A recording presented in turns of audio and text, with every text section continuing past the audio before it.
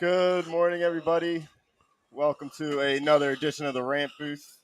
Welcome to a somewhat somber Sunday, for some may say. No Eagles today, and of course our Philadelphia Phillies came up short last night, losing to the Houston Astros in 6. Needless to say, it was probably one of the most incredible runs I've ever been a part of. It was probably one of my favorite months in sports ever this past October. Bryce Harper kicked it off in Game 3 with a monster shot. Everything was looking really good. We were up 2-1. And then Houston, they were just the better baseball team, and that's what happened those last 3 games. That Game 4, that Game 5, and that Game 6. That was the bottom line. We'll talk about it today. We'll talk about the Phillies. We'll talk about everything you need to know about what happened in the World Series, what the Phillies need to do to improve for next year. We'll talk. We'll have a little segment on. I'll give you a player's name, and you'll tell me where he'll be next year. Okay. And we'll obviously talk Week 9. We'll give you our monster parlay. Let's get right into it. We're obviously brought to you by All Campus. All Campus giving 20% off of everything in our store, including the hats, the shirts, our Philadelphia National League Championship Series T-shirts and hats. 20% off to all the subscribers. So come into the store, show us you're a subscriber, you get 20% off. We also have some other deals going on today as well. Yes, we have college hats are all going to be 10% today as we're getting close to college football playoffs, and we had a big shakeup yesterday. We had a lot of teams go down. Yeah, a lot of teams go down. TCU now looks like they could be one of those teams climbing up. Yep. So, yeah, we got 10% off every college hat today. Sounds good. All right, let's get right to the poll question for the day, and let's bring that right up now.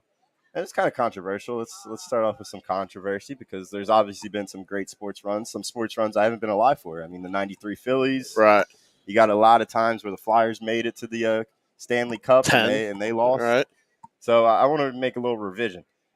The 2022 Phillies playoff run will be the most memorable in Philadelphia sports history where you didn't come out with the championship. So let's not count the Philadelphia Eagles Super Bowl. Let's not count the 2008 Phillies World Series ring. Let's go strictly off of losing the championship. Okay. And I'm going to agree. I mean, I've seen the 2009 Phillies lose. I've seen the 2010 Philadelphia Flyers lose. That was hard. Yeah. I was a baby when the Sixers lost in 5 to the Lakers. This run, it really made me fall in love with baseball again. I was thinking about it on the car ride here. Baseball is every little boy's first love. It is. 100%. You start with T-ball. And in 2004, 2005, I was in the hands of Marlon Byrd, Mike Lieberthal, Jim Thome. I had all those guys, and they really weren't good. They weren't good until the core came up, and they came up late, and that's why that little run seemed to be small. Cut short, it was. Per se. I mean, Ryan Howard came up late. Chase Utley came up late. Yeah, Jimmy Rollins 26, came up late. 27 years old. Yeah. But come 2007, when you win that division, I'm 8 years old. It's the core of my childhood, remembering baseball. And this 10-year layoff of just not having relevant baseball from 2011 to 2022 or 2012 to 2022, it was tough. And for it to come back like it did today, it just surprisingly out of nowhere over this past month, this will always be my most memorable Philadelphia sports run. And honestly, I can compare it to this Eagles run that happened in 2017. I can. I'm not saying it's better, but I will compare it to it. First of all, to the poll question, I gotta disagree. The '93 team will always have my heart. Mm-hmm. That was just that was more memorable than I'm going to say any other team besides the Miracle Mets. Maybe we were projected to be dead last in the NL,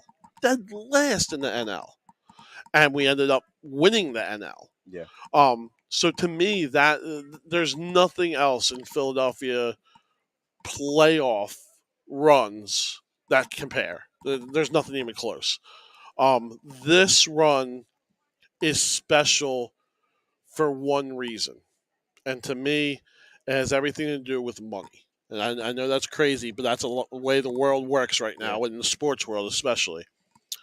This is the first time we went over the luxury tax. Yeah. Right? This is the first time that the ownership has shown the fan base, hey, we really do want to win. All right. And we said it in the beginning of the year. That's never going to happen again. Right. We're never going to get over the luxury tax and compete with these other teams that are there Mhm. because it looked like in the beginning of the year we were failing. Yeah, And then all of a sudden, something happened. yeah, Fired the coach, miracle run happens, and now we're all juiced up and we're hoping we can stay over that luxury tax again, we could rebuild it, and we can keep retool it, going, retool and it. we can keep going, Yeah, right? And you said we're going to touch on that segment a little bit later of what pieces we could bring in to really fit, but that's what makes this run to me memorable yeah, is ownership believing and showing us they believe by spending, and then us, the players, really coming through and saying, hey, you can trust in the guys that you brought on to get us to the World Series and hopefully win one down the line. yeah. Yeah. I hear you, and I wish I could have been around for the '93 team Yeah. because I feel like that would have been my favorite thing ever. There's anyone who was 10 years older, there's no other team. Yeah. There's no other team. That is the team. Yep. Yeah. No, I hear you. And just going off of strict recency bias, I'm gonna stick with this team. I'm probably gonna stick with this team for a while until another team knocks it off. I mean, Right. if Right. the Eagles do make a run this year, I don't think it's going to be able to compare to this Philadelphia Phillies team because No. going into this season, the Eagles, everybody projected them to win this or be at least somewhat close to winning this Correct. division, Yeah, we were making the all in the playoffs. playoffs, Yep. Yep. and win one playoff game because we saw the schedule. We saw how we built up this team. The roster's amazing. And some people were predicting that Jalen was going to jump the way he jumped, Yep. and it's working. And right now we're undefeated, going 8-0 going into Week 10 next week. Right. So if you look at halfway through the season with the Phillies and halfway through the season with the Eagles, and I told you that, hey, the Eagles are going to make the Super Bowl, you won't be surprised. No. If I told you that with the Phillies in July, you would have said I was crazy. Yeah, it's over, right? Yeah. There's and again we'll touch on it, later on the show. But there's so many factors, right? Bryce Harper goes down, Yeah. right? Gene Segura goes down. Mm-hmm. Our bullpen looked atrocious, Yep. right? We sent guys down, Alvarado, Sir Sir Anthony was Anthony was hurt. Yeah, I mean it was a mess. Brad Hand wasn't the guy we thought he would be. Yeah. Um, so there was in the middle of the season, there was zero chance I thought this team had of even making the playoffs, let alone making the run they did. Yeah. I mean, it hurts. It hurts. And going into the world, going into the series in depth. I mean, we haven't talked in a while. Yeah. A lot of outside stuff has happened. Right. Right. But we we go into the series with a monster shot from Bryce Harper. Just a monster shot against San Diego, opposite field, bottom of the eighth. You're down 3-2. JT gets on Wow. base. But I'm getting the goosebumps right now. It's the greatest home run in Philadelphia Phillies history. Yeah. Yes. Yes, it it is. is. The greatest. Yes, it is the biggest. Everything about it was the best. You know what I mean? The Matt Stairs one is close in 08, but close. yeah. But Bryce overtook it by a long shot. I think so. I think because so. if you go back to San Diego, who's to tell you that what happened in against Houston doesn't happen against San Diego? 100%. Because right. Yep. You're thinking about it a lot. So that happens. Game one, you go down 5-0. Aaron Nola just goes back to September Nola. I mean, it is what it is. I think his arm's just shot at this point. It was shot. I don't know. I'm not going to say he's shot. I'm not going to say he's going back to the old September Nola or whatever. I just listen. In the playoffs, you get into a pickle. And a pickle, John Smoltz said it multiple freaking times during the broadcast. A walk is a rally. Yeah. Right? And it is in the playoffs, right? That string is short. Mm-hmm. You get two guys on, you're in trouble. Yeah. Right? We usually don't get a 7-0 wins or losses in playoff baseball. It's usually a 3-2s, 4-2s, 5-4 games. They're close games. So that margin of error, it shrinks smaller and smaller, especially further along the series you get. No, yeah, I hear you. I hear you. Aaron Nola, he got us here. I mean, 100%. his start in Houston to clinch the playoff spot was obviously huge. His first start against St. Louis Was amazing, yeah. just down. He was unstoppable. He was Right. untouchable. His first start against Atlanta, untouchable. And he was against Houston. He went 4 innings, untouchable ball. He looked great. He looked like he was going to go complete game. And then that 5th inning comes and Yeah. right. I mean, I don't know. I think he was getting a little beat up in that game against Houston. But which are we talking about? Game 1, Game 2. Game 2. Yeah, he was rolling. Yeah, I don't know. 7 hits, 4 walks through 4+. I mean, he was getting into trouble Right. every other inning. But and then the a fifth lot inning happened, and the three of the hits was the last 3 batters he faced. Yeah. Right. No, yeah. Before then, he was pretty much rolling. Yeah, I mean, I hear you. I hear you, but it was just hard to be able to defend Nola because it was his 3rd straight start where he couldn't get past the 4th inning. Okay. The 3rd straight start. Yeah. And yeah. it was downright unacceptable in my eyes. I mean, last night with Wheeler, I thought Wheeler could have gotten out of that jam. It will forever be. I think Rob Thompson is looking himself in the. He looked himself in the mirror last night. He's looking himself in the mirror this morning, and he's saying, "Damn, I should have kept Zach Wheeler in that game." Of course, you're saying that now because it didn't work. But I think. But at the that, moment, it was the right decision. It was the right decision. No, to bring in Alvarado. Yeah, it was the right decision. Well, to bring in Alvarado. Saying it last night. If the more you see a relief pitcher, the more you get to see his niches. Same thing goes for a starter. Right? I mean, it was the 3rd time around the lineup for them. Zach Wheeler was cruising last night. You're cruising until you're not, right? And he wasn't.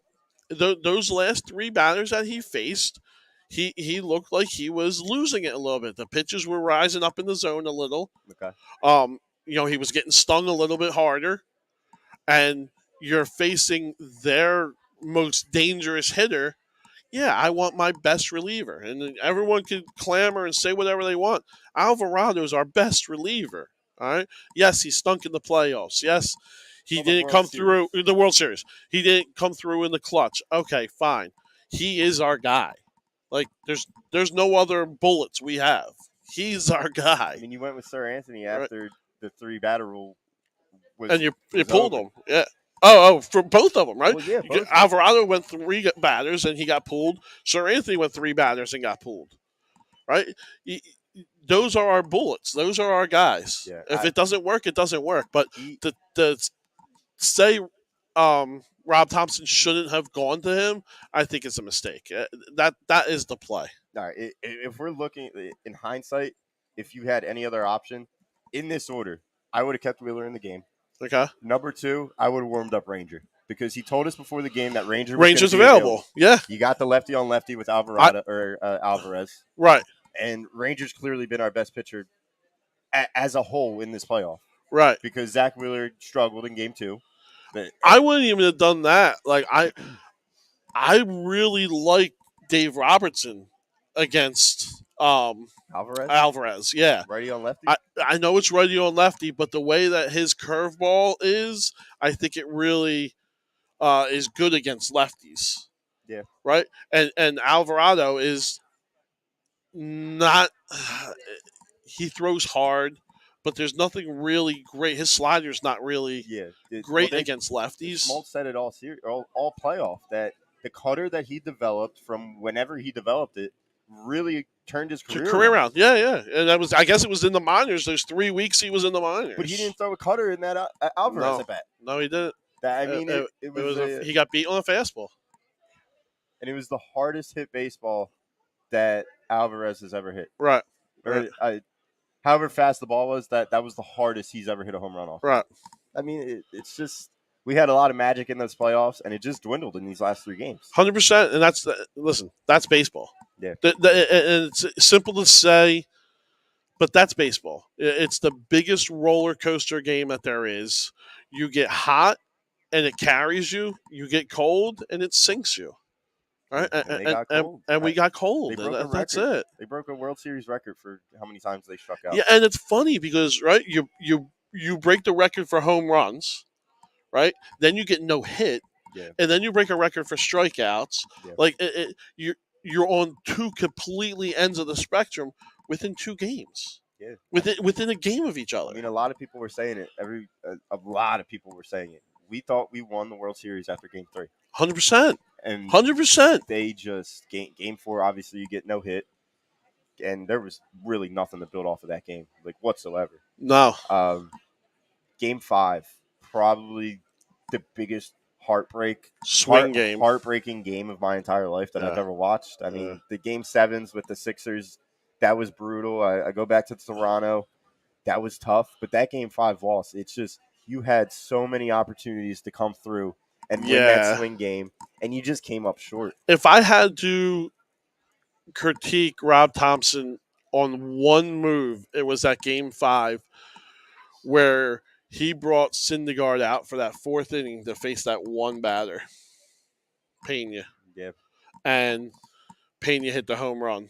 Yeah. I don't understand that move when you could have just started fresh with a new. You knew all he was seeing was Pena, and then Alvarado was coming in to face Alvarez. Yeah. Right? Why not just start with Alvarado? Yeah. Why throw him in for one more batter in the 4th inning? It didn't make any sense to me. Well, even going back to the Aaron Nola bases loaded, no out situation, you bring Alvarado in, that's almost an impossible situation. It's an impossible situation, I mean, even if it is Alvarado or Sir Anthony, I mean, those guys are wild. They are great bullets coming out of the bullpen, but they are wild. Yeah, they are a liability to throw pass balls. They are a liability to hit batters. In that situation, again, like you said, you probably go to Roberson. Right. You probably go to... I would have loved to see Brad Hand in that situation. Brad Hand. As much as I hate Brad Hand, I would have rather seen that because I could trust that he would have at least thrown a strike when he needed to throw a strike, right? Yep. Bases loaded. You can't do anything. Yeah. Right? You got to throw strikes. And I could trust Brad Hand to at least do that. Yeah. And going up against this Houston bullpen, obviously...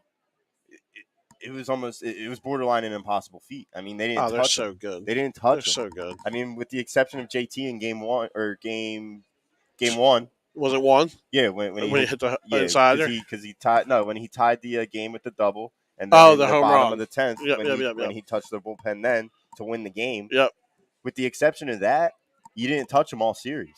And a main piece that not a lot of people are saying, and I know we hated him throughout the series or throughout the season, but losing Corey Knebel in August, I think he would have been a big piece going up against this Houston lineup. 100%. Because if you look at Houston, they scored all of our runs in a similar way that we scored all of our runs all playoff series. It was in bunches. It was one inning throughout the entire game, and then the bats would just go cold. Yep. I mean, we really played a mirror image of ourselves. The only problem was they didn't strike out as much, and they had the better bullpen. They're all together a better team. But, yeah, you're right. The bullpen is what we feared coming in, and it ultimately was what put them over the edge. I mean, Abreu, we couldn't touch. We couldn't even touch him. And he's not even one of their, he's not their guy. Yeah, it's just sad that we fizzled out with our bullpen in the World Series because let's give praise where praise is due. They were great. They were great the last 2 months of the year and up until the World Series. Yeah, they just got all of our arms just got shot. I mean, that's the bottom line. Here's a question for you, and I put a little stock into this. I want to see how much stock you put into it.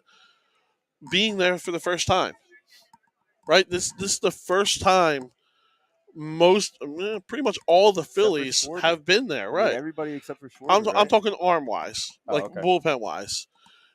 Do you put any stock into that the moment maybe was just too big for them? Yeah, I mean, I guess so.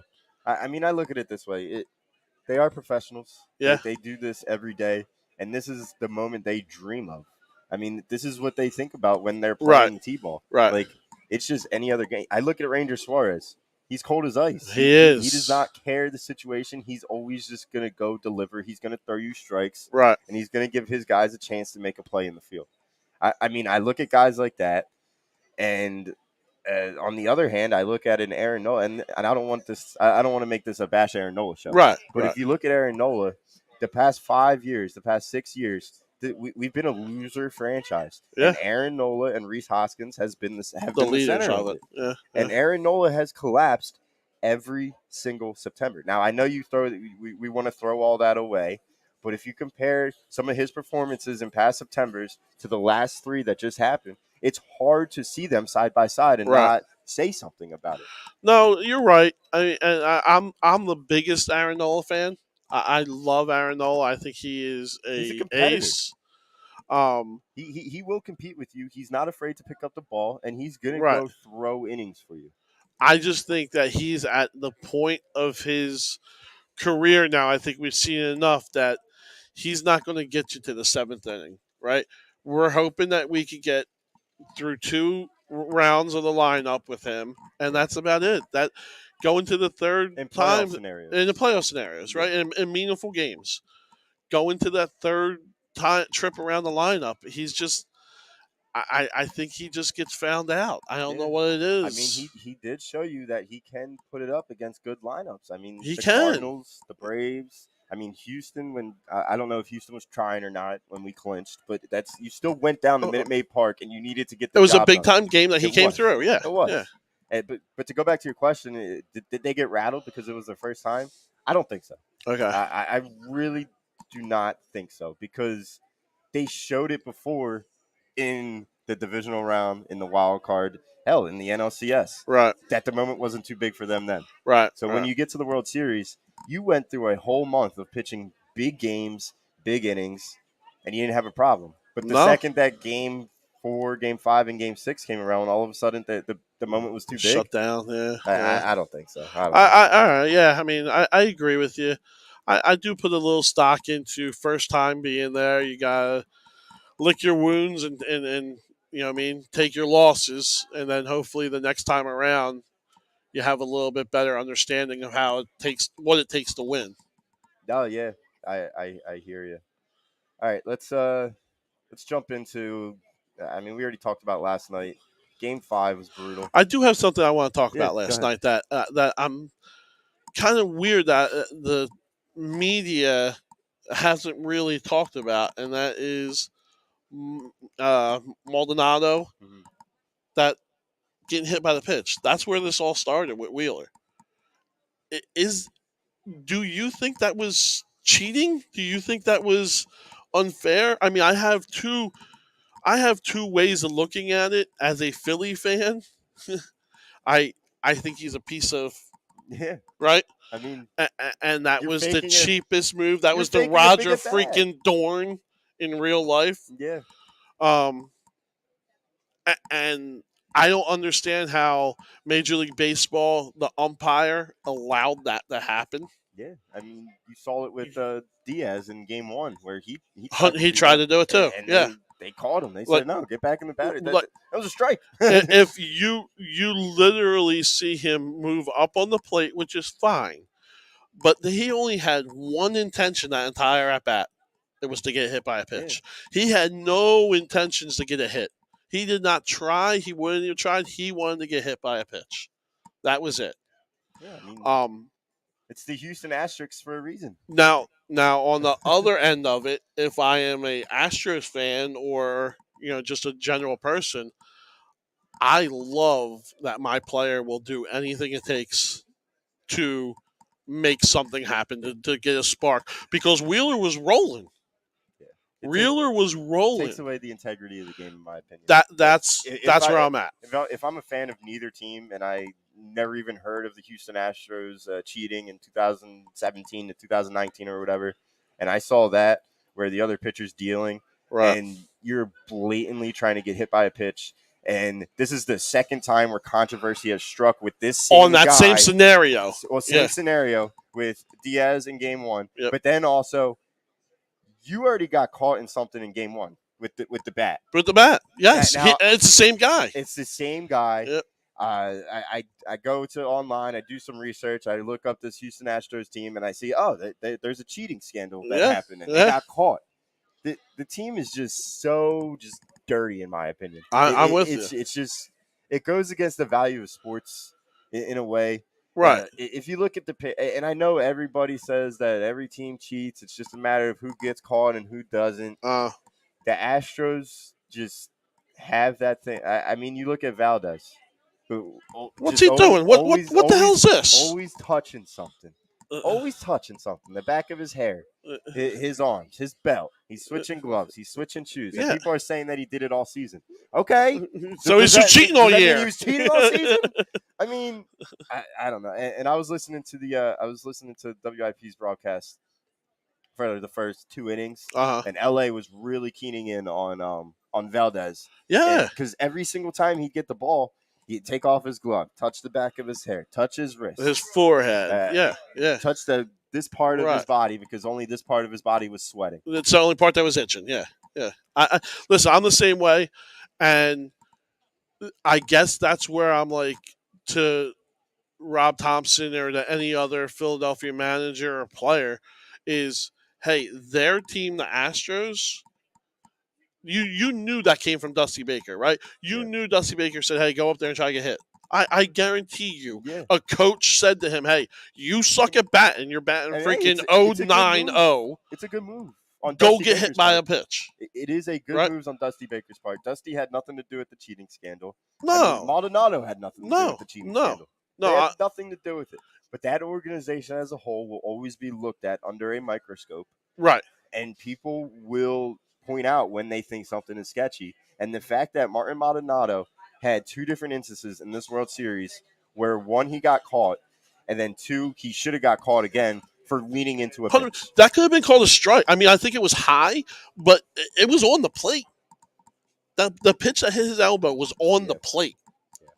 And don't get me wrong, fans here and listeners, I'm not crying wolf. I'm not saying, oh, this is why we lost. We got cheated out of it. No. They're the better team. All right, I acknowledge that. It took us 26 minutes to bring up the cheating scandal. What I'm mad at is their team, their coach, their players went to extreme lengths to guarantee a win, and we didn't. That's what I'm sad about more than anything, is why didn't Rob Thompson, just for gamemanship, go and say, hey, go check Valdez's glove? When I was listening to the radio broadcast the first 30 minutes of the game, going into the bottom of the second, after Wheeler pitched his top of the second, right? The radio broadcast pointed out that Rob Thompson went out to the crew chief, the third base umpire, he did. And he was talking. He was saying something. They don't know what he said, but he did go out there and say something, and it did look like he was looking over at Valdez when he was saying it, when Valdez was warming up. So something must have been said. I don't know. I'd stop him in the middle. Listen, he's rolling. Yeah. Go out there in the 5th inning and make a scene.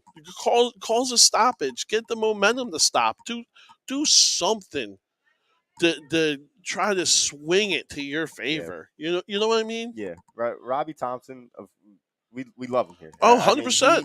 He 100%. He was the catalyst in turning the season around. Yep. He was the main guy as to why we had this run to begin with. I know the players play, but there's just something to be said about Robbie Thompson. And he clicked all the right buttons from October 1st until November 5th, November 4th. Yeah. He had probably one of the greatest months a manager's ever had in baseball. Every move he did worked. It worked. Yeah. And last night he made a couple of, let's call it for what it is. The last 2 games, he made really, really questionable calls that may have cost us games. Okay. Looking back on it now, is easy to say that. But he's also made those same exact moves. That's what exactly that got us here. That won games for us. So I'm not going to knock the guy for making the same moves that he believes are the right moves.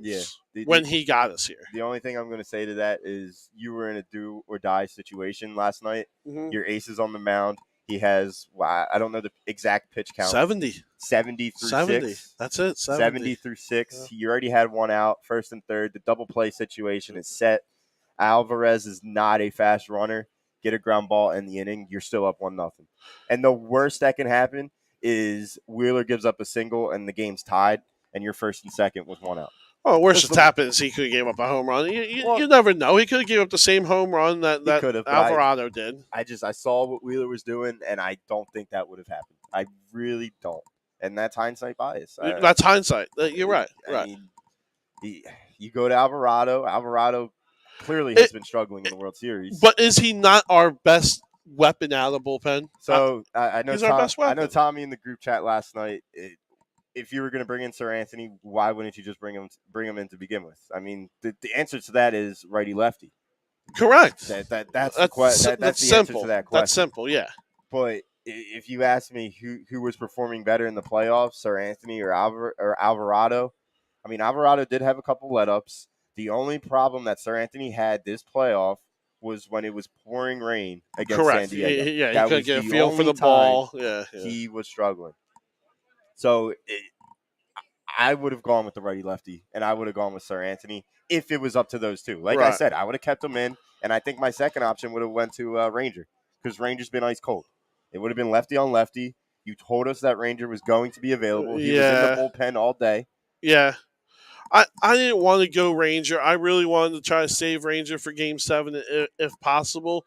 Not that he couldn't have started Game 7 if he only went 3 or 4 batters here, but if at all possible, I would have loved to have saved Ranger. I would have loved to see Dave Robertson. I thought that was the guy that I thought controlled Alvarez the best in the at-bats. I mean, he struck him out twice this series. Yeah. Right? And Alvarez has destroyed everyone else. So Robertson would have been the guy I would have went to. But again, that's a gut thing. It's not the lefty-lefty. It's not analytics. It's not baseball. And I get that. That's analytics and baseball calls for Alvarado. Yep. And that's what we got. Yep. We thank everybody for joining us. We are at All Campus, Ocean City, New Jersey, in between 10th and 11th Street. We are here until 1 o'clock. We will bring you to kickoff today. I don't know what teams are playing on which channel, but it's going to be a quiet day in the NFL. I think everybody in the NFC East is not playing today except for the Commanders. Yeah. So the team that doesn't matter. We can't really cheer against anybody today. Yeah. If you're listening on podcast, we thank you. If you're listening anywhere, YouTube, Facebook, Twitter, Twitch, Instagram, make sure you hit the like, subscribe to the channel. Joe chimes in, and I'm not a fan of Joe's comment right now. First of all, it's very long, and it's chopping off our faces. So I'll read it and get it off. Rob Thompson might get a little too much credit. The team was one of the preseason betting favorites to win the World Series. Like, let's be real. Anybody in the Delaware Valley, did we actually think the Phillies were going to win the World Series this year? No. In April. No. Thanks. The Dodgers. Making was excuses. Yeah. And it's not an excuse. It's building in this narrative that, the Phillies should have been here, but they really shouldn't have because of the extra playoff spot. Guess what? MLB made this, and it's going to be permanent. I'm so out on this. I'll keep reading it. Phillies always struggle in April/May historically, and then get hot in the summer, then struggle in September. Only difference this year was there was an extra wild card spot, and Brewers played worse than us in September. Only thing Thompson did different than Girardi was stick to one lineup and stick with Sir Anthony as a closer. Joe, it's like, did you have fun this October? Did you enjoy the run at all? Like, you can sit here and be second guessing and complaining and whining. Yes, we're the number one losers in baseball right now. Yeah. There's no way around it. There's nothing else to say. But let's give praise where praise is due. We got here. Yeah. It was a magical run. And the coach had a lot to do with it. And a lot to do with it. With Joe Girardi, could go down as a Hall of Famer. A coach, depending on what he does the rest of his career. You know he's going to get another job. That being said, we weren't playing for him. Yeah. As soon as we changed, that's when the playing started. You have to be able to play for the leader, and the leader is the coach.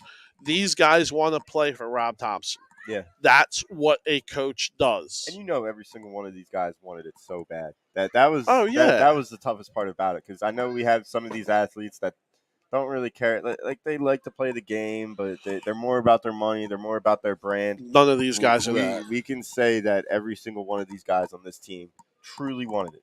Even Reese. 100%. Reese is probably one of the biggest ones. Yes. That wanted it. Oh, this he just validates got outmatched. It. Yeah. He just got outmatched, and we'll talk about him in a little bit. Yeah. I like to piggyback off of Joe's next comment, which I do agree with. He believes he's a Coach of the Year candidate, but I also think overmanaging of the pen and his refusal to move Reese and Castellanos out of 2 and 5 hole is the reason we lost.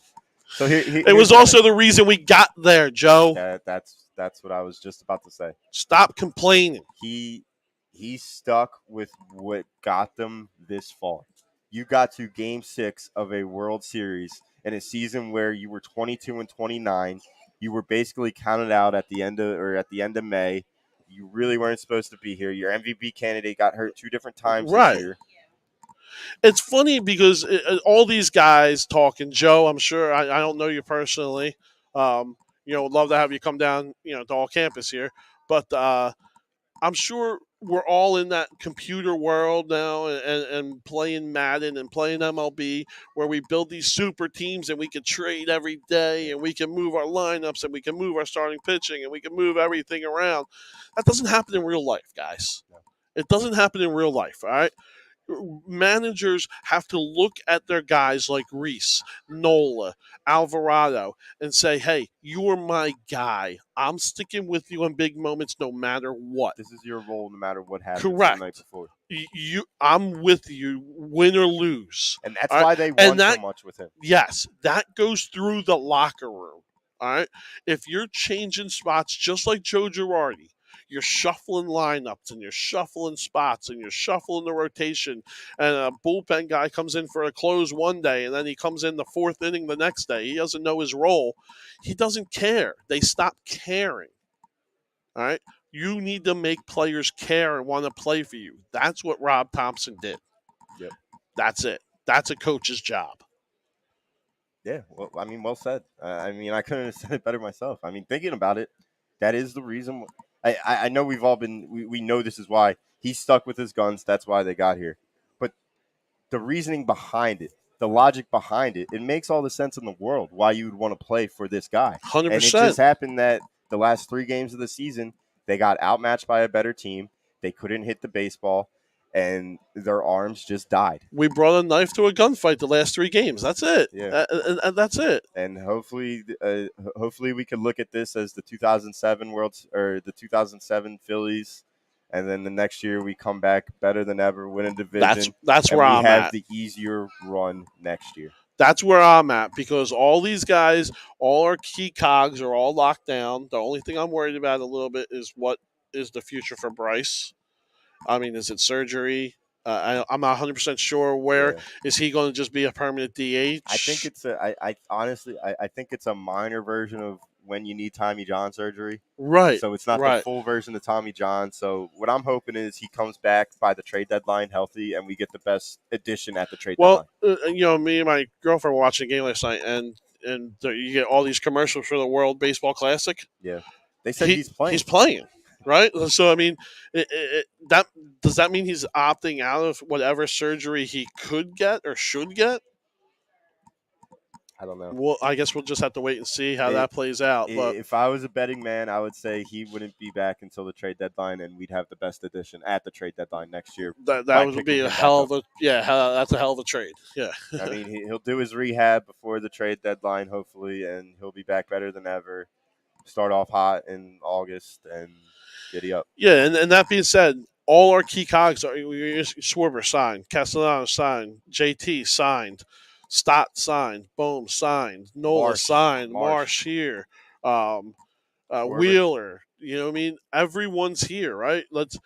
And I know we're going to get into it. Maybe I'm jumping the gun a little bit here. We can do it right now. Painter. He'll be up. That's all I'm thinking. There is our next ace. He'll be up. Right? I think he'll be up to start the season. He's our guy. And now, if you're telling me we go into the season, Wheeler, Painter, and I have Nola as my number 3. And then Ranger at 4. And then I think they will sign Syndergaard on the cheap. I'm okay. Give me Syndergaard. Give me Gibson back. I don't care. At that point, who our 5 is. You tell me those are going to be our top 4 going into the year? Yeah. I'm getting real excited. People are talking about Verlander wanting to come here. I don't think Verlander is going to leave Houston. No, and I don't think it makes sense money-wise for us to make that work. Because you're going to need to either sign Gene Segura or another middle infielder. I think you're going to get one of the prime middle infielders. Bogarts or Trey Turner. I think so. Yeah, I'm all over Bogarts. Bogarts is my number one guy that I want this offseason, right? You move Stott to second. Yeah. I think you move Bohm to first, Okay. right? I think I love Reese, but I Is think it Reese. time for the captain to go? I think it's time for him to maybe move on, trade him, and get I don't know some bullpen arm.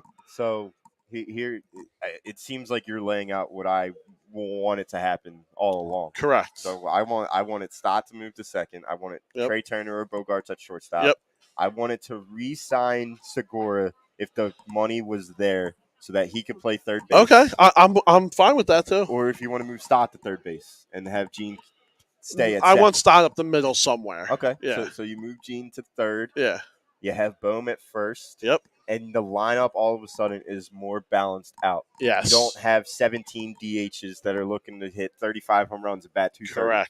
Correct. You're more looking at guys that want to hit 290, 300 with 20 home runs. You put Bogarts in this lineup, you could put him anywhere from 1 to 7, and it changes the lineup dramatically. Dramatically. Yeah, it just will change drastically. Drastically, dramatically. Yeah. It changes it greatly, to where we add power, we add average, we add less strikeouts. That's why I want him. Trey Turner, I think, does the same thing. I just Trey Turner is going to come at a bigger price tag. Mil. Yeah, and I don't know if we're going to be able to dish that out. But Bogarts, I think, is going to be the number one guy we should eye. John Middleton made a lot of money this month. Yes, he did. Yes, he did. When we didn't think we were going to. Yeah. So he got a lot. His bank statement this month probably looked really good. Let's roll some of that over the next year's salary. And I bet you he is looking to make. Well, him and Dombrowski are looking to make a big splash to get a middle infielder. Right? Yeah. I mean, because you don't have to get a starter. Right, I think our starters are taken care of. And even if you don't need to go out and pay for a starter, you can trade Rhys Hoskins for a 3. You could trade him for a 5, a good 4. Just give me a 5. Just give me a 5. I'm okay with that. More depth. Yep. Because you are going to move Bohm over to first, and I think Bohm is going to have a giant leap next year when it comes to hitting for power. So do I. I just have a feeling, and that's not to say he's going to lose all of his contact, being able to hit all over the field. But I do think that he will have a jump where he will hit more home runs next year. I'm 25. With you. I'm with you, yeah. I'm liking 25. 28, yeah, yep. I think he could do it. I think he'll be a lot more comfortable in first base. Like, you look at Yuli Gurriel. I mean, he's a perfect example. Gurriel has been their first baseman throughout this whole run with them for the last 6, 7, 8 years. And I look at Yuli Gurriel. I look at Alec Bohm. Similar body structures, similar approaches at the plate. We'll see. I want Reese to stay because I love Reese, but I think it doesn't make sense to keep him at this point. Because at this point, it's either Castellanos or Reese, and you locked yourself into Castellanos. Especially if Bryce is tied into that DH spot. Yeah. Right. If Bryce is tied into that DH spot, I think Reese has to go. You're right, because there's no other. If you got to keep Schwarber and Castellanos at your corner outfielders, that's just a lot of strikeouts and a lot of bad batting average. You can't keep another one. And Reese is another one. Yeah. So I mean, I do appreciate that home run. I don't know if you and I were able to talk about. I think we did. We did. Oh yeah. That home run against Atlanta. It really set the tone for the rest of this run, I think, because this run. Up until that home run, it was more or less, oh my God, the Phillies are winning playoff games. Let's see where it goes. But as soon as he hit that home run, it was World Series bound. It was World Series or bust. I don't know why, but I mean, I spent a lot of time in my younger ages in locker rooms, all right? And it just means so much more when your captain and your leader does something to really spark the team to where, let's say a Gene Segura did that.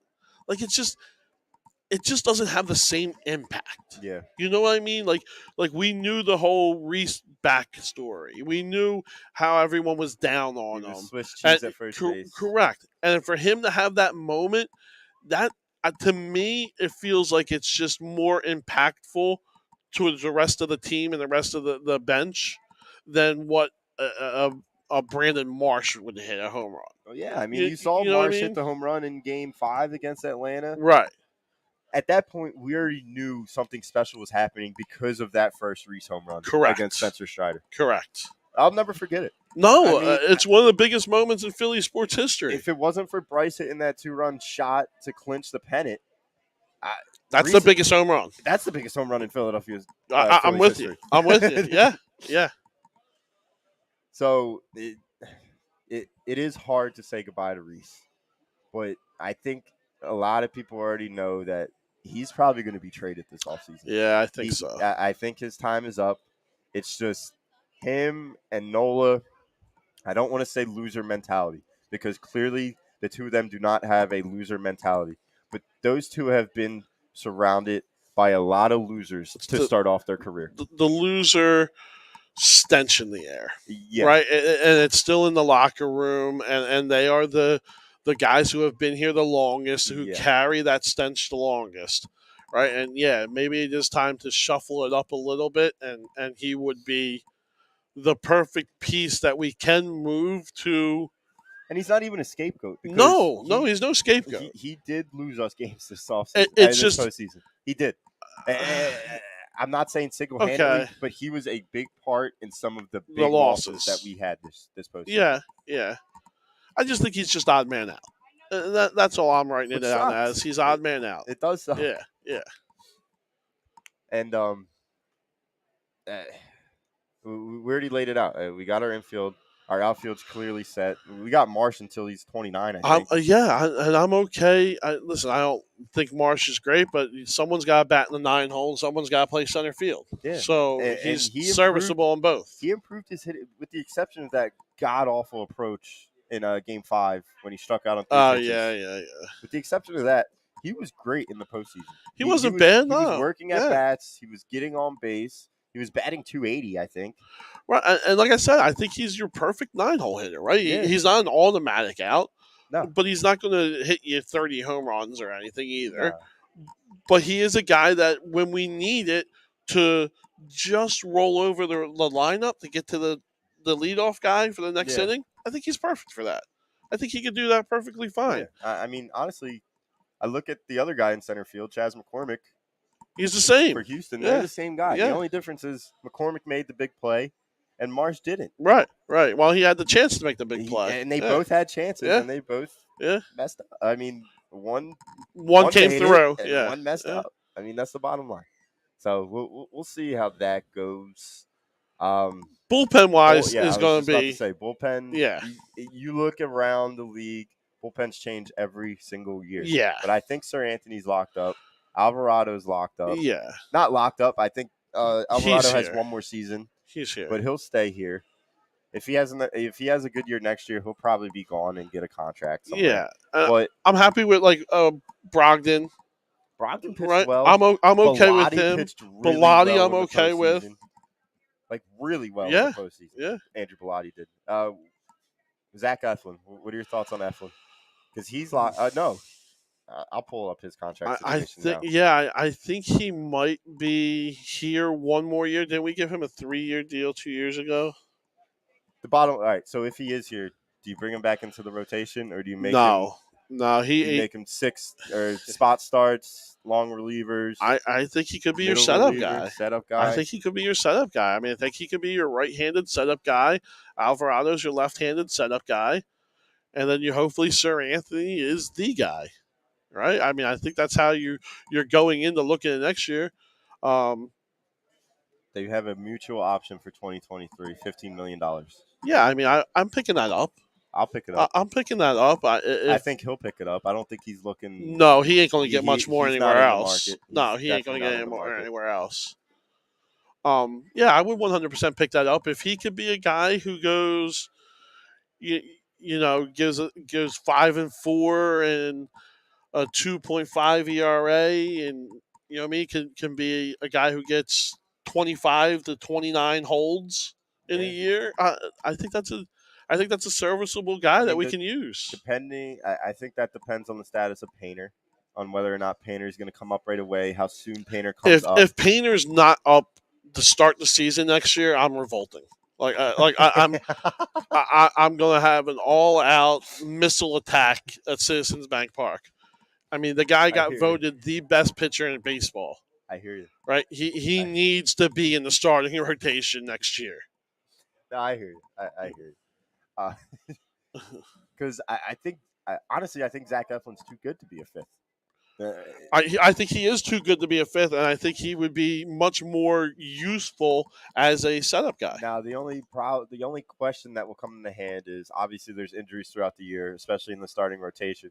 Do you pull him out of that setup role where he'll probably get comfortable and make him a start? Like he'll have to stretch out. That's the only question I have about it. I would the logistics around it. I would if it's your top three guys go down. Right, if Noller, Wheeler, Painter go down for an extended amount of time, right? Then I'll insert Eflin if I feel like he could be stretched out. If not, if it's a fourth or fifth starter, no, I'm not worried about that. You could plug and play anyone. Yeah. There. I mean, we saw it this year with that lefty. Bailey Falter. Falter. Yeah. Christopher Sanchez. Right. You could plug and play those guys all day long, all regular season. If they on the team next year, I'll revolt. I'll have. I don't care if they're on. They could be in the minors and they could get your spot starts. I'm okay. Spot starts in May, but if you give me a spot start in September when we're trying to clinch a division, I'm going to have an issue. I will have an issue. Someone's got to have you can't go out and sign a guy in September. Like, someone's got to have a spot start somewhere if you're hurt, if you're banged up. That's when you call up McAble. Well, that's there's another one right there. What's the likelihood that you think McAble comes up next year? If he does, I think he would be used out of the bullpen, which I don't want to do. Okay. Right, so I still think he's at least a year, maybe two away. Okay. But Painter needs to be up next year. All right. No, I'm all for it. I am all for that. All right. You want to get into our football for today? I haven't even looked at football. I don't know who's even playing. I'm watching it today. I have no care. I know that the 4:30 game is Rams going down to Tampa Bay. That's the 4:25 game today. I don't care.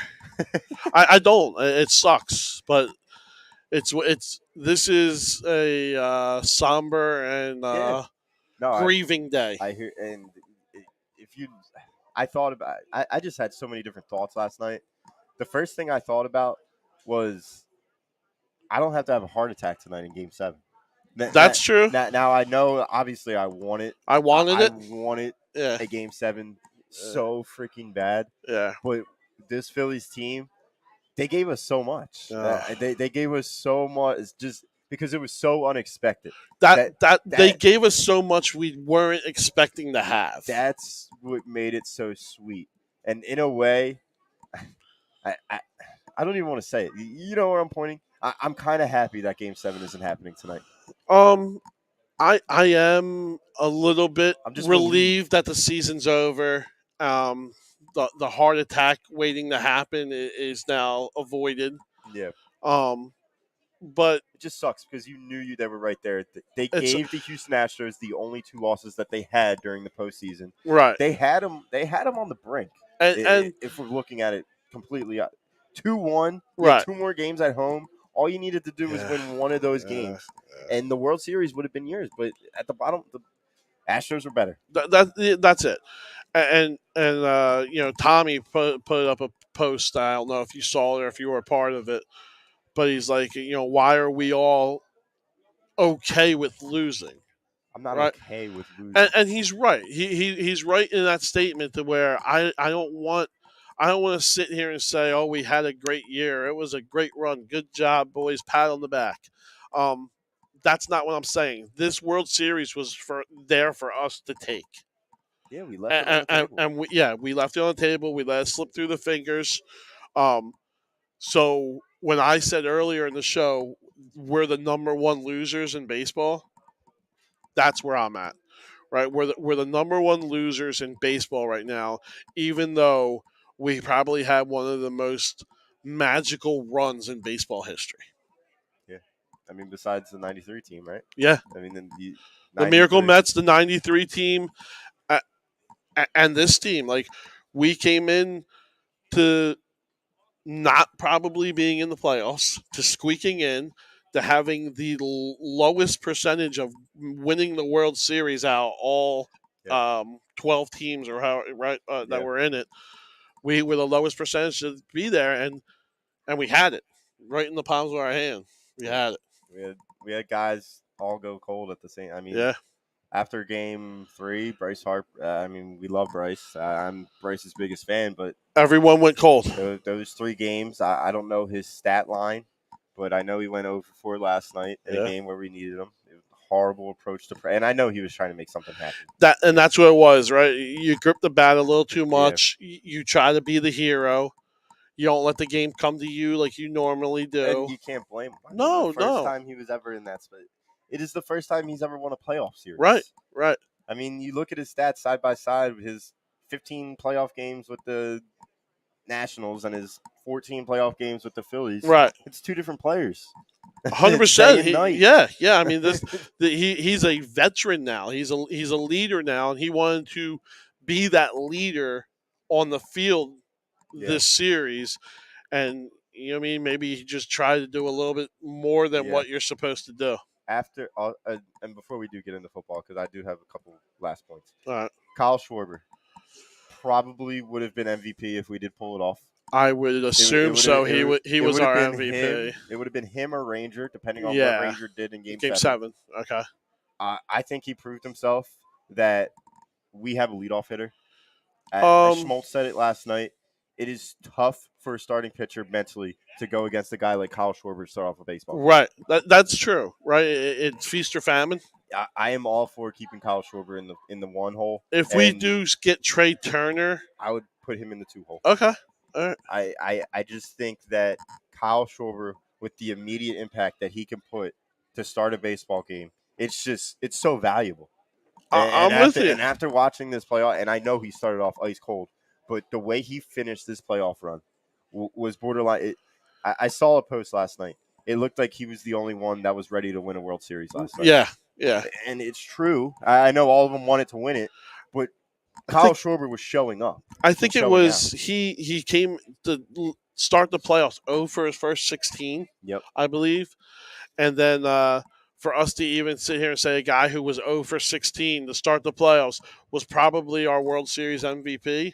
Yeah, there was a big jump. Yeah. Right, somewhere in the mix. He was ready to do anything at all to win this game, to win this World Series. And let's not forget the bottom of the 8th inning, that big throw that he had, and Gene Segura made a great tag to keep it at 4-1 to give us a chance, right? You had Reese, JT, and Bryce coming up, right? Yeah. If they get that double and score that run, I'm turning the TV off. Yeah. And Reese to start off the 9th inning, that was the exclamation point, I think, on him not being back next year. Yeah, I don't understand how you're not looking that slider first pitch. Like I was missing something there. There was so many things that he did wrong since those big moments he's had at home. Yeah. And that one last night in the bottom or in the top of the ninth was it was the exclamation point. It was a bad approach to hitting. I mean, they brought on Presley. The dude doesn't know how to throw a fastball. You're going to get the spinners. You're going to get the cutter. The 89-mile-per-hour cutter right down the center of the plate. First pitch. Like I just don't know what else you're looking for. Like how are you not keyholed right at that location, right on that pitch? Like, that shouldn't even have been a single to start off the inning. That should have been a home run to start off the inning. I'm looking at Presley, and I'm like, out of all those guys in that bullpen, he's the worst. How is he the closer? Right? Nerves, ice, water in your veins. Yeah. Have been there before, has done it before. Right? That's what makes you a closer. I say the same thing. Trevor Hoffman, right? Yeah.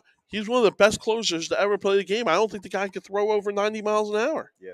Like, It's just I was waiting for them to break out against Presley over those last 3 games, and it just wasn't happening. no. It just wasn't happening. I was waiting for the moment for somebody to just beat up on him, Right. and it was just, what is happening? It just shows you how baseball is like really a game of like quarter inches, not even inches. Like just missing the barrel with that cutter, that spin by that much, man, makes a world of a difference. Yeah. And that's what Presley does. He misses barrels. Yeah. That's it. So also all over TikTok, I see these probably 12-year-old kids posting their wannabe lineups, their bullpen, their starting pitchers. Yeah. I see a lot of people saying that they want Edwin Diaz. Yeah, stop It's it. not going to happen. Stop it. If the Mets let him walk, that city will burn. Well, I think they will let him walk. No way. Because I think they're going to get Aaron Judge. Okay, they're not letting Diaz walk. I think They still could get Judge, but they're not letting Diaz I walk. think somebody else is going to offer him money that he can't refuse. I don't know who. I think maybe Seattle. Seattle's he was there before. Yeah, Seattle's on. They're here. They're there. They're here. Yeah, They're here to stay. Yeah. And I think him going back to Seattle makes a lot of sense if they give him the right money. It's a pitcher's ballpark. Yeah. I could see him going there. He's probably the biggest fan favorite in New York. Not until Aaron Judge gets there. Yeah. I mean, and you know that they're going to go out and sign another big arm. They're going to sign everybody, and they got a lot of people that they have to worry about too. That they got to bring back, right? Well, yeah, I think they're a loser franchise. I mean, this year proves it that you lose to San Diego like that. I mean, I agree. Loser franchise. Yeah, I agree, especially at home. You want to talk about our guys choking in the big moment? I mean, I don't know what DeGrom did, but I know Scherzer just doesn't. Absolutely just. He's another one. He is a Hall of Fame pitcher who just doesn't show up in big moments. He really doesn't. Except for the Nationals. The one, yeah. But other than that, and as soon as you put on that Mets uniform, you know you're going to choke. Yeah. I mean, I was saying it all summer, and people were laughing at me. No, I was laughing at you. Yeah. So, I don't know. But I don't think Edwin Diaz is coming here. I think this roster is going to look very similar to the one that is. Why would you change? You're not going to change it. Yeah, why would you change? I mean, pretty much every positional guy should be in the same spot. Well, yeah, the position-wise is, like we said, Segura is going to be a question mark. And Bo moving the first. Yeah. Right? Hoskins is probably not going to be here. Segura is a question mark. Castellanos is staying. Of course he is. Well, people are saying, do you think Castellanos is going to be gone? No. First of all, you just signed him to $100 million. Second of all, you're not going to trade him because nobody's going to want him after this bad year. And second of all, you made a commitment to him. You're not just going to give up. I heard Schmaltz say, I don't know what game it was, but Schmaltz said, by the way, this guy is going to have a career year. It was last game. It was game 6. Yeah, the last worry on my mind next year is Nick Castellanos. Yeah, he's going to hit. He's always hit. I think he's like a 280 career batting average guy. He just had a down year. Coming to a new team, getting the biggest money he's ever gotten, in Philadelphia. There's a lot to go to that, but I think he is a guy that we do not have to worry about moving forward. Yeah. I was going to, because Corey Knebel's locked up. Yeah. For this past year. That's a big get coming back. Hopefully he comes back healthy. I think Brad Hand was only signed for a year. Yeah, he can go. He's gone. I don't know Robertson's contract, what he signed with the Cubs. No, I mean, you have one priority going into next year. If you bring Eflin back, you have your closer, you have your right-handed setup, you have your left-handed setup. I think you need another left-hander that you can trust in the sixth. You need that Brad Hand. Correct. Guy. Right. Who you really can trust to get an Alvarez out. Yeah. In a big situation in the sixth. And it's a shame that Ranger Suarez is so good as a starter because he would be perfect. Right. I think Ranger Suarez is really, really good. I think he's a lot better than what people thought he is. Yeah. Yeah. Like last year, he had that unbelievable run once he became a starter. The sub-2 ERA as a starter. Did he have the best ERA in He had baseball? the best ERA in baseball overall because he was a reliever to start the year. He's really good.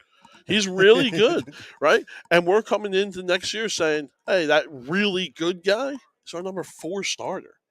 Yeah. Right? Like, Yeah.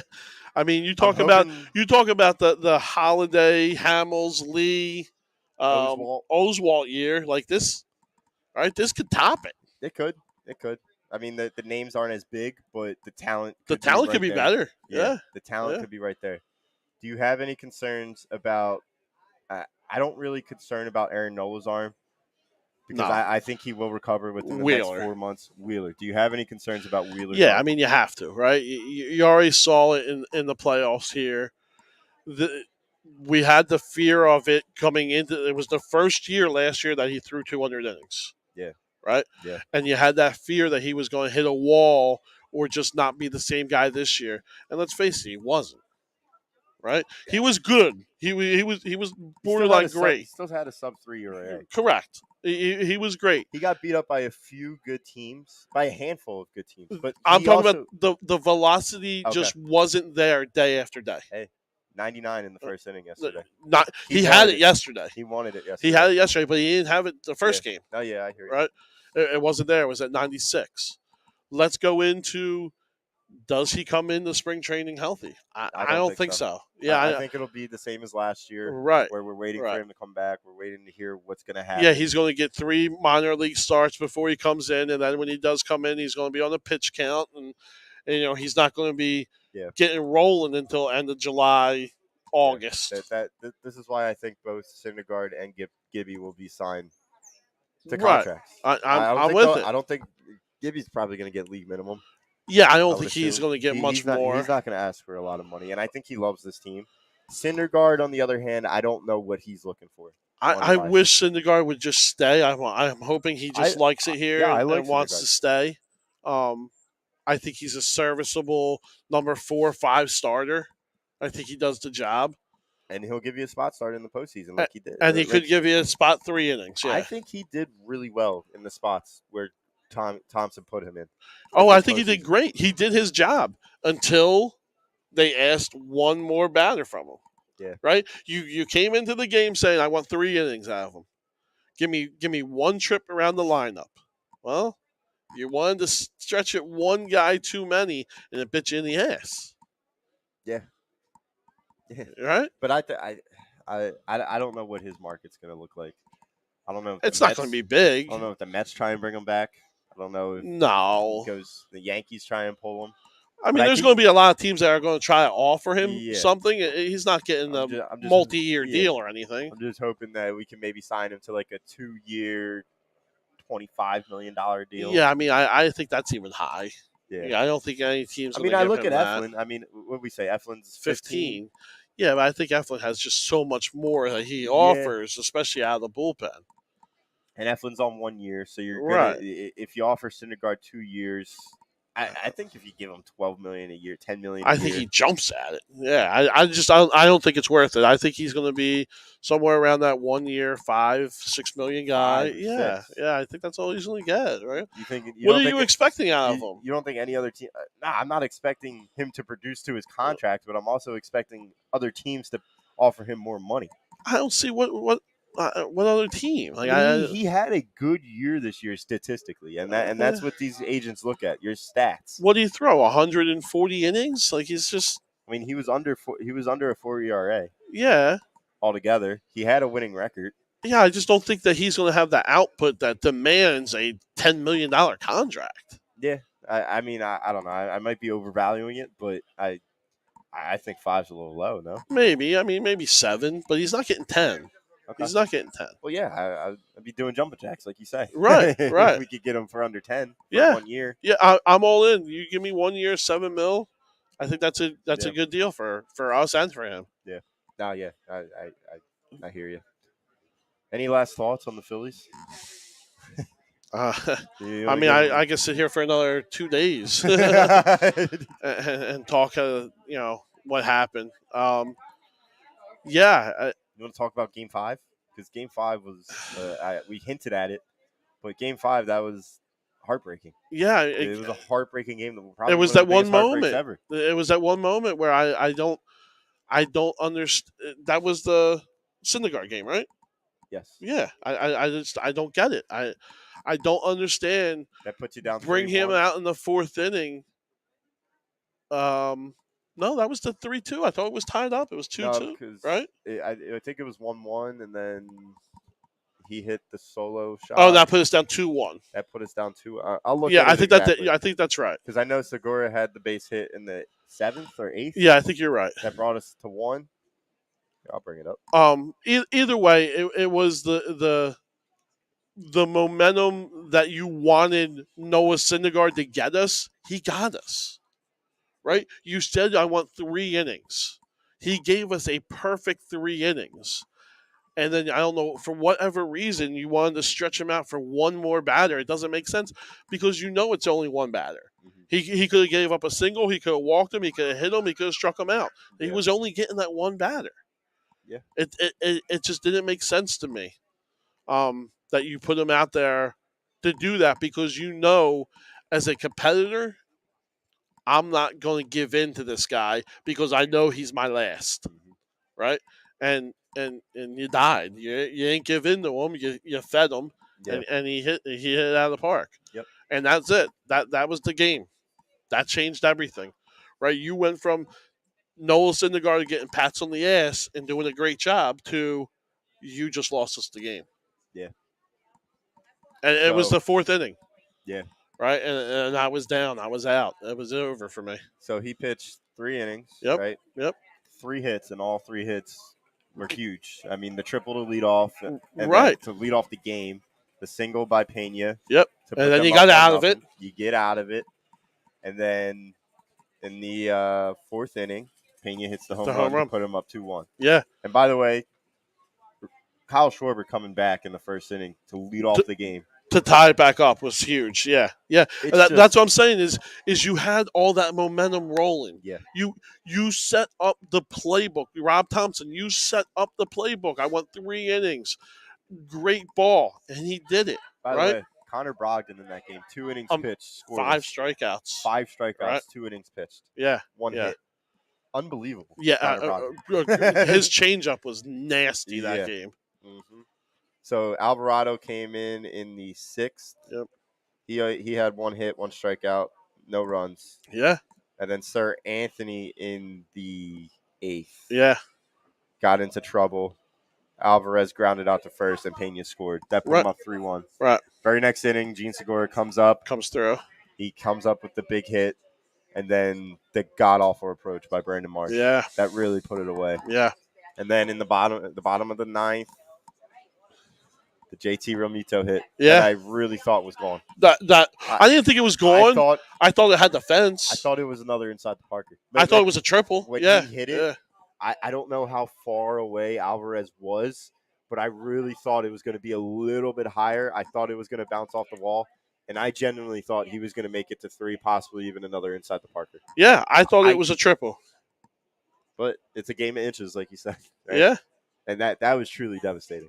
That one really, really hurt. Yeah. That was a moment where you thought, okay, the magic's back. Yeah. Right? We could change it around.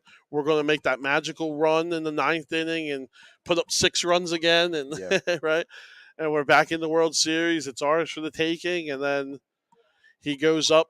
It looked like he was Michael Jordan going through the air, McCormick, and making that grab. And then we got to deal with that damn picture of the dirt, with his body. You got to live with that now. That's going to be freaking all over the place on Sports Centers, and probably before Sunday night baseball games, they'll have that as a highlight. Yeah. I mean, Nick Castellanos made huge plays against teams similarly to that. So two game-winning catches he's made in this playoffs. Yeah, and then game 3 to start the game. If that gets past him, Altuve's going to 3. Yeah, in the top of the 1st inning in game 3, and all 3 catches were identical in how he made them, and he needed to lay out for him. He had to get down. Yeah, he had to get down. So I mean, we felt it with McCormick that one play. but other teams have felt it 3 different times Yeah, solely off of Nick Castellanos. yeah. Hey, and I want to give a little credit to Bohm. The Bohm played defensively. He played very good. Bohm had a really, really, really great playoff run at third Yeah, base. yeah. He really did. He showed hits. a lot. He made big hits as well when we needed him during all of our rallies when we were Right. scoring crooked numbers, when we were scoring in bunches. It seemed like he was in the center of all that, or he was at least like a catalyst in that. Right. Yeah, I mean, I never want to see the guy throw the ball, but his glove really surprised me. I felt like he was just a vacuum out there, and he caught everything. Gene Segura at second base during the Gene Segura game, the Padres game. Yeah. I was at that game. Oh yeah, that was unbelievable. The 2 plays that he made, that was great. One was a run-saving play. Yeah, the dive, right? Yeah. Gene Segura had I'm gonna miss this team.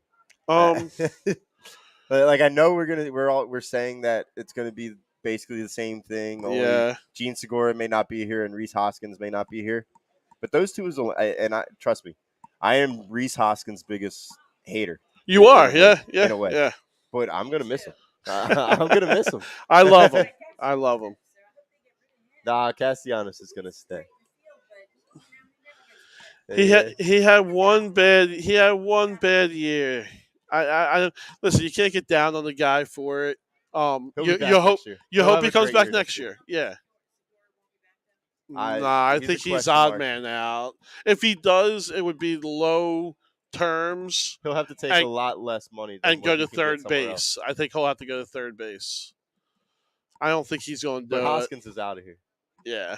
Hoskins is gone. Hoskins out of here. Bohm the first. I like Bohm. Yeah, move him to first base. We think he's going to have a big year. What was that? Yeah. That was him. And then he admitted it, and then we made it to the World Series. Thanks a lot, guys. Take care. Yeah. Oh, yeah. I mean, there we go. Another Nick Castellanos hate. Yeah. And he needs to take it on the chin. Yeah. Right? Because when he played horrible. When you draw a fan base in the way that this team did, and you see that Nick Castellanos got signed for $100 million, and he just shrunk at the plate, you're going to be getting a lot of fair-weathered fans saying, hey, it's time for this guy to go. You got to get rid of him. He can't hit the ball. Especially when it was at the moment, right? He was our last signing, and we were like, that's the piece. Yeah. Right? That's the piece that puts us over the luxury tax. That puts us in compete with the Dodgers. That puts us in compete with the Padres. Right? We thought that was the guy that put us over the top. Yep. And then he just had the disappointing year he had. I mean, listen, it happens. I hate saying it, but it happens. And towards the end of the World Series, I think his approach at the plate got significantly better.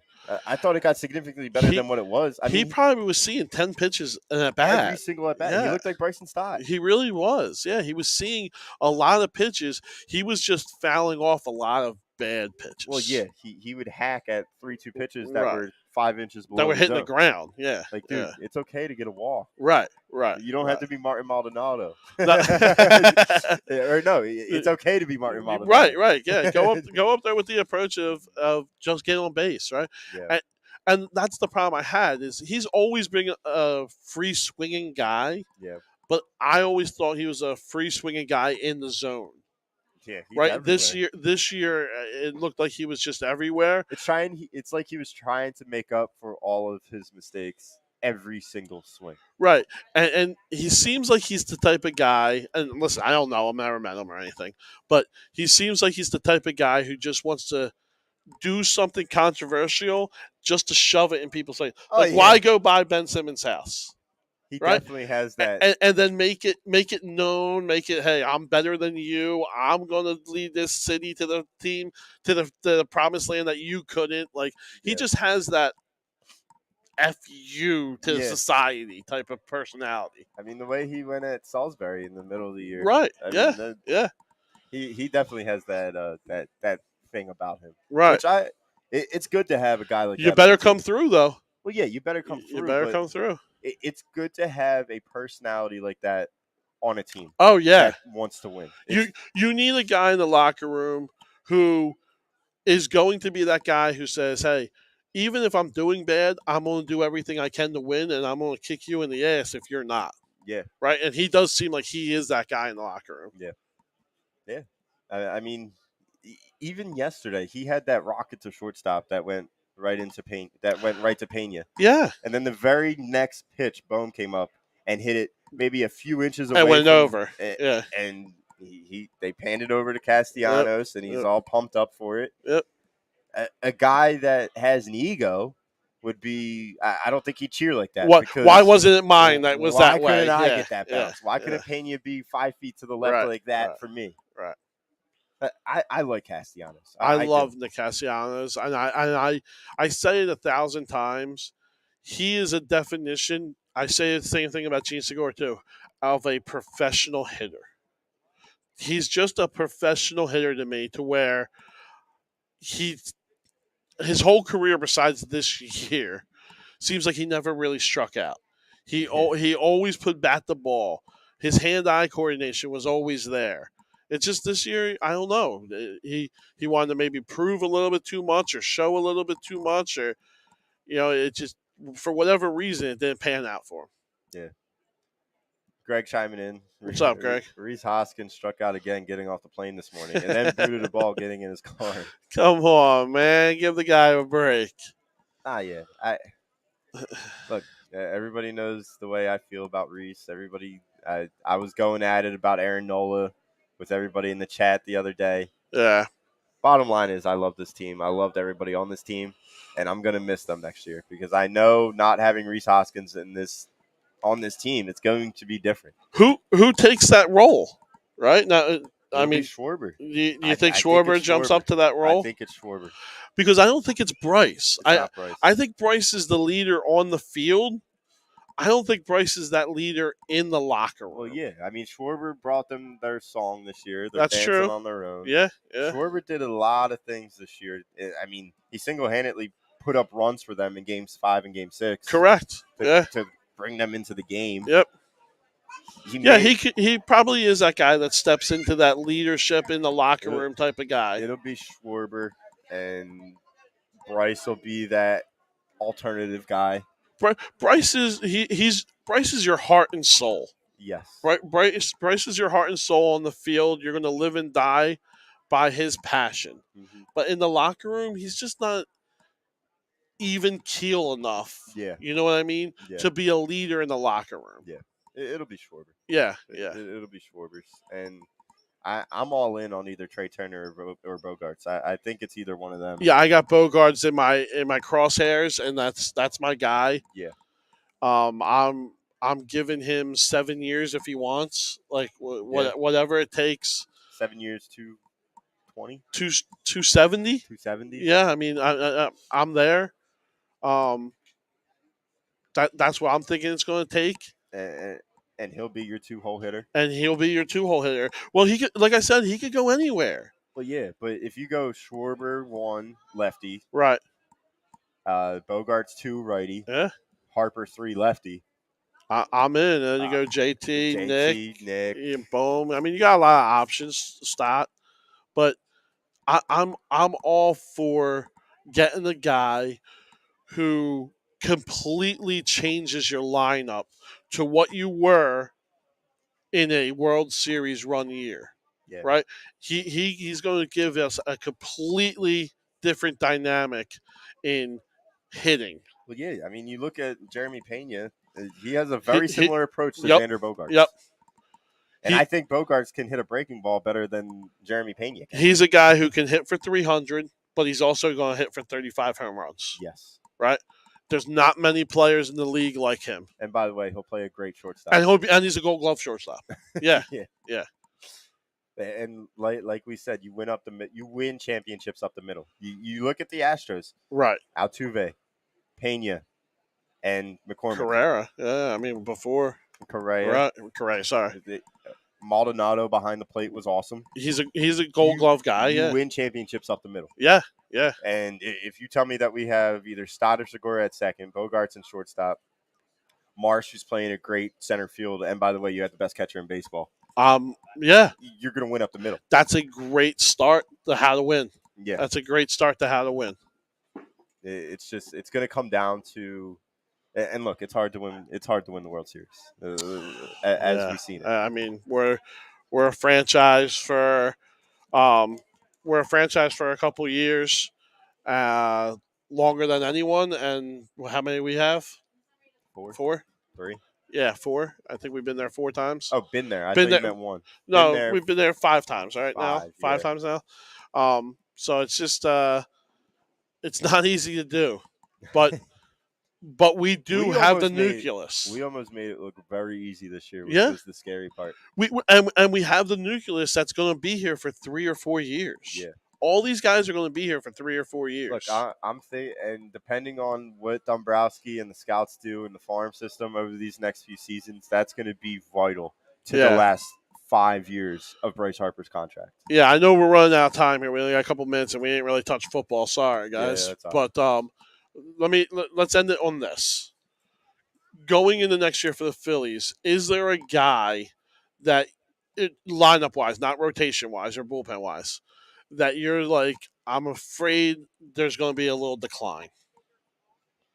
Bullpen guy? No. Lineup guy. No arms. Do you see a guy having a decline? I don't want to put this in the air, but the only guy I can truly see that would make sense would be Bryson Stott. You think he takes a decline? I think he doesn't take the jump that people think. Okay. So it's not necessarily, if we're talking about decline, probably JT. Okay. But I think people are going to expect a lot from Bryson Stott. And if he comes out again and he bats .230, I think people are going to be disappointed, and he doesn't take the jump that we think he can take. I think he's going to take a jump, and I don't think there is going to be a guy that takes a decline. Okay. I think we're only going. I don't think Schwarber's a 200 hitter. No, I think he takes a jump. I think he takes a jump. Nick Castellano, I think takes a jump. I think a 60-point jump. Right. Boom. We both said we think he takes a jump. Yes. Right. JT, I think he's about the same. Bryce, I think he'll be about the same. Well, you look at so to answer your question, I think it's JT because JT had the best year of his career. Yeah, but I don't think it was outrageous. I don't. What 25 home runs? I mean, it was outrageous in the fact that once Bryce went down, that's when he was putting up MVP numbers. Yeah. Okay. And I think he won't be a. What did he finish? 275. Right. That's what I'm saying. It's not like he was batting 315. Like I think he goes down to 260. 265. Okay. I don't think anybody's going to decline. Okay. To answer your question. Yeah, that's what I'm saying is Bryson Stott, I think, is the guy who is going to take the biggest jump because he can nail a curveball. Dude can't hit a fastball. Yeah. Right? I think that's the easiest thing to fix. So I'm hoping that's what he fixes and takes us next year to that big jump where everyone says he could win a batting title. Yeah. Maybe, right? Maybe. One last comment, and then we'll head out of here. Segura's gone. We either bring in Turner or Correa and another ace pitcher. See, I'd rather have Turner or Bogarts. Bogarts is the guy I want. Yeah. I don't want Correa. Listen, I'm not going to cry. Yeah. But he had a down year this year. He started off ice cold, and then he picked. It was very similar to JT. Yeah, he went to Minnesota, right? And he just has that Astro stink to him that I don't want. Okay. I mean, I hear you. I just think I'm never going to call a guy who goes to Minnesota, has a down year. Minnesota, that's got to be a dreadful place to play. Yeah. Like, I would never want to go there to play. And the ace pitcher, it's going to be Painter. Yeah. That's going to be your ace addition. That's your big addition, right? And from what everyone says, this kid's a 20-game winner. Yeah. He's a 250 strikeout guy. Like they're paying this guy to be the next Bob Gibson. Yeah, let's hope. Let's hope. All right, that'll do it for the rant booth here at All Campus. We're obviously brought to you by All Campus. John Coyle to my left. I'm Jimmy Rodweller. Everybody hit that like, subscribe to the channel. We will see you next week. And we'll obviously talk about the Phillies more and more, probably dwindle away as the Eagles get closer and closer to a playoff run. But spring training's right around the corner, and it's probably going to be one of the most It's going to be a fun offseason. It's going to be fun because we will get a Xander Bogaerts or Trey Turner. Yeah. I'm booking it. Yep. All right. Everybody have a great rest of your day. Go Birds. Later, guys.